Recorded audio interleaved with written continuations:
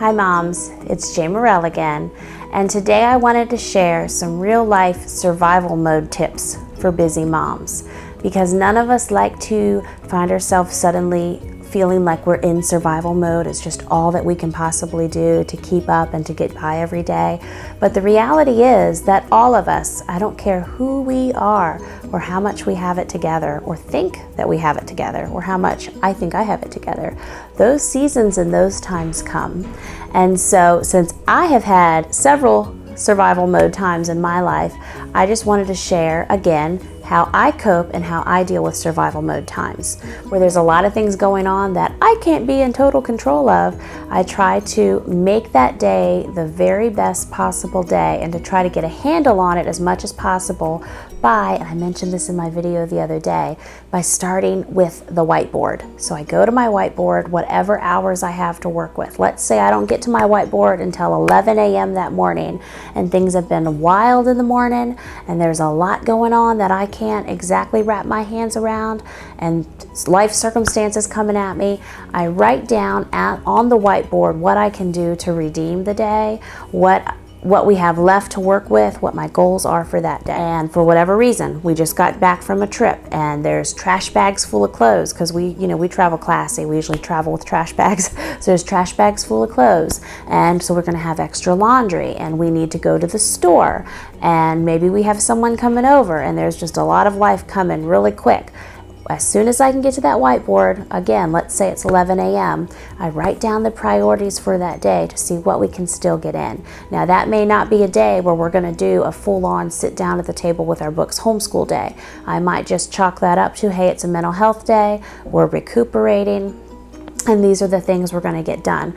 We may have had a wild scrambled breakfast, everyone kind of fended for themselves, but at lunchtime, it's 11 now, so by 12:30, we're going to have lunch, we're going to have a meal together, we're going to open our Bibles and have just a little bit of family Bible time, we're going to get that in, and to me, that begins to redeem the day because it brings us all back together to a central location, we have that meal together, we have our Bible time, we have a little cover our day in prayer, and yes, we didn't get it done until noon. We weren't able to start our day that way, but hey, we still got it done. So that's a quick survival mode tip that I go after is whatever's happening in our day, however it starts, and we already know for whatever reason, we are in survival mode.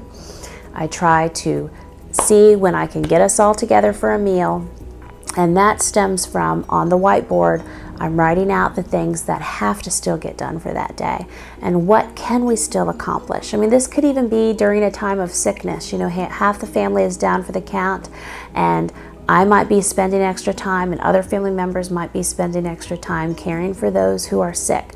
We're just going to try to get done what we can done. And starting by writing it out is helpful for me because I'm a person who likes to write and I'm also a visual person and I'm a natural list maker.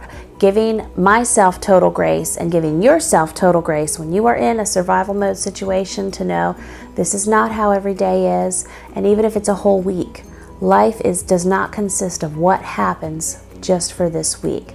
I can pull it back together.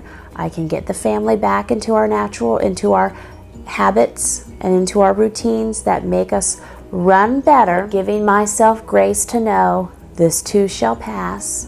Which brings me to my next point is you have to make the very best of what you have to work with. You may have a scrambled day. It may be 2 p.m.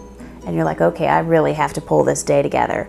You still have from 2 p.m. to bedtime to pull that day together and to have an awesome day with your kids. So you need to make the very best of your time and realizing, hey, this day is not going the way that I want it to go to.